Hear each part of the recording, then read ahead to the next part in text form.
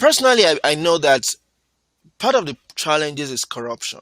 Um, but I really don't like, because I'm a constructive person, I like to move forward. But clearly, part of the reasons we've not had significant progress in our fight against Boko Haram and Co. is because some people have seen it as an industry that they don't want to end anytime soon. The budget for the military for reconstruction is huge, and I don't know a significant number of people want that to continue. But let me move forward. Moving forward for me is one, change the leaders just like you would normally do for the economy. But then you also need to rejig the system. You can't keep doing the same thing you've been doing all over and all over again. I'll give you an example. I watched a video some time ago about President Jonathan actually outsourcing to mercenaries. Ideally, as a proud Nigerian, I would say, "Oh, why? Why did you do that? Shouldn't we be able to fight by ourselves?" But you know what? If that is required, if you have to do something unconventional to fix this problem, you should do it. If you have to use mercenaries to do it, do it. Pay them to do it. And I'm also of the opinion, my personal view is that government should negotiate. I don't believe you can win this war by fighting alone. I believe if majority of the fighters are Nigerians, they have parents, uncles, grandparents probably still available in Nigeria, you should be able to leverage on these relationships to speak to these guys and find meet opportunities to negotiate. I mean, you will have to probably do some things you don't want to do, release prisoners, maybe give some money. But who doesn't negotiate? Even America negotiates. The rest of the world negotiates sometimes with bad people. So for me, we should not be ashamed of negotiating to end this war. But also, we need to be ready to change personnel, especially at the helms of affairs. We watch videos where soldiers are saying they are not well equipped, they're suffering, and whether you like to call it propaganda or whatever, some of them will be true. And if that's true, then we have to fix it from the top. Okay, now talking about corruption, this is something that the present administration has said it's fighting, and every time we talk about it, it has its own way of always taking us back to 16 years ago when the opposition party was in power and they did nothing, and now they are here to make things better.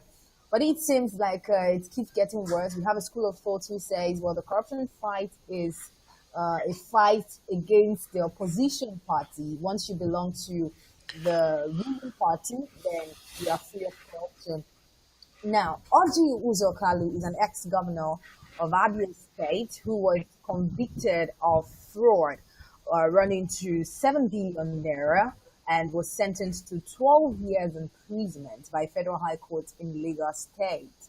Now, a few weeks ago, this same man was released by another court, saying the judge who gave the judgment that he sentenced to 12 years in prison wasn't wasn't at that jurisdiction at the time. And now this man came back from prison and he came to the National Assembly and everyone is rejoicing, like, wow, welcome.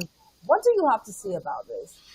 So one of the things I tell people is that we don't really have two different political parties. We have two major groups of people: Wow. the oppressors and the oppressed.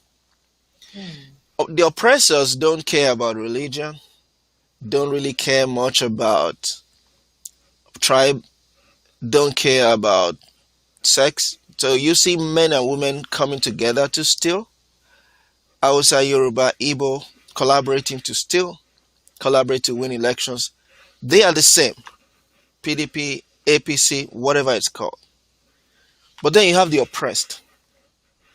And I tell people that we, the oppressed, have to come. And then in the category of the oppressed, we fight about religion, we fight about ethnic, we abuse one another on social media, we curse our parents on social media, we do all sorts of things. and and then you have some, some of them are Biafra people also. They say Mm. all sorts of things, and then what happens? Our oppressors are so happy that we are fighting, that we are not coming together. And so my message to people is always that we oppressed must be together. You, Igbo, Yoruba, Hausa, there's nothing Biafra. No, we the oppressed must be together because Nigeria is not going to break up anytime soon. Let's not fool ourselves. This country is going to stay united for a long time. So let's stay together so that we can better fight the oppressors. And to me, to fight them, I consistently say it's about politics. I don't support revolution. I don't support protest. I don't support violence. We just have to sit down and learn how to be together, how to play politics together, and excel. I was in a meeting today, with a lot of highly successful people, and I was making that same point. We elites, have to find a way to humble ourselves, learn, and do what we need to do to win elections. And I don't like to use the word we because I don't believe I'm part of them. I'm actually consistently saying I'm not part of them. But sometimes people put me together with them and I say, okay, fine, you know, but I'm just different. So that's my view. And to talk about corruption itself, again, because I'm always forward looking, I'm just looking, how do we end it? It starts by us getting power. These guys are not going to fix it. They will keep doing that. I think there's an improvement in this government. Actually, I think it's been a little better, but I agree it's been largely one-sided. That's correct. I think it's been largely one-sided. Uh, but then you have, you know, I studied the law very well. I see what this guy used. It's amazing how people like Michael Ozekome, who was a Ghanaian boy, I would say at that time, he's an old man now, who is now leading the fight for corrupt people. It's so shocking. Ozekome and Falana should not be on different sides. Ideally, they should be on the same side. But now you have a leading, person like Ozekome consistently fighting and supporting the corrupt people. So for as long as you have those big lawyers, involved with government, and we don't get good people to power, it's going to persist. And so my solution, what I always say is we need to find ways to get more good people to power so that we can get improvement in the area of anti-corruption. Okay, so that's why you keep encouraging new politicians like put them by this traditional politicians over, in fact, if possible, make them godfathers. Yeah, and I think once we have more numbers, because there are a few good guys in government right now, but not a lot, not enough, not significant enough to really push a better agenda. They are in the far minority. You know, we need more people to get involved so we can negotiate better. If you have 1% right now, you push it to 10% or 5%, it's better. You push it to 20%, it's better. You have to have more skin in the game. It's the same thing I say about if we begin to do well in politics, even if you don't win, if you have good new breed politicians getting maybe 1 million votes, and then the older guys are like, this is still far from winning, but these guys are moving up, then they can call us to the negotiation table. We can have more skin in the game, and then we can say, hey, we want this, we want anti-corruption. Then we can make demands. But right now, we can't even make any demands from these guys because we don't amount to anything. We don't have any electoral value. Okay, let's move over to the pandemic ravaging the world now, COVID-19.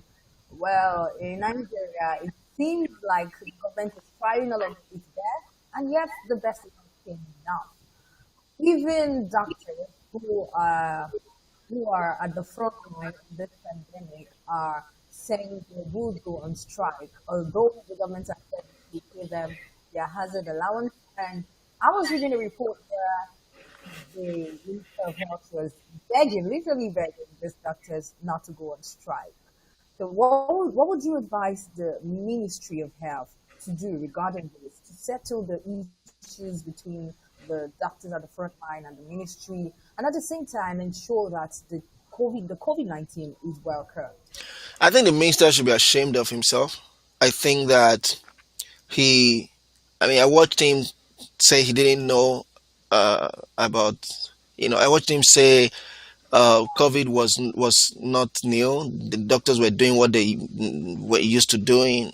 He didn't know about hazard allowance, and I think that alone, you know, requires an apology. But again, I know they're not going to do that.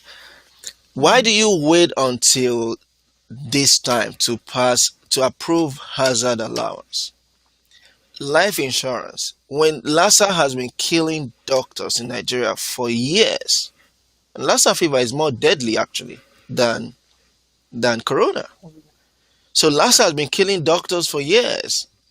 No life insurance from their employers, from their government employers in this case. That itself is it's not acceptable.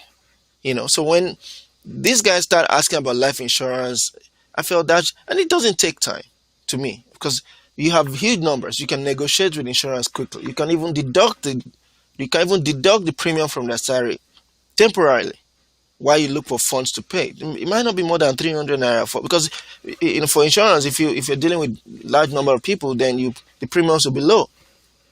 So thank God they've approved hazard allowance. That's good. I don't know exactly the details because these doctors sometimes have hidden reasons why they want to go on strike, but I focus on the key points.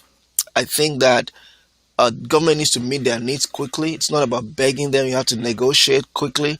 If it's PPE, whatever you need to do, and you have to be transparent. Let them know what you have.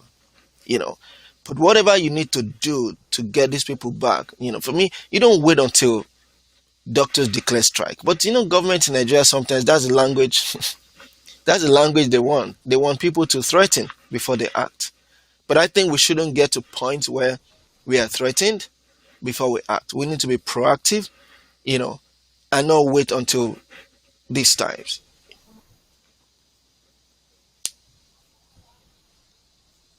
Okay, still on COVID-19, it seems but the Lagos made an And I'm losing you. Hello. Can you hear me? So for me, while I wait, I think that generally I believe that Lagos has set a good example. I think you're trying to ask about Lagos, but that's expected. This is the commercial capital. It will always be more. It will always be more challenging for Lagos and everybody. Let me just try to bring you back in.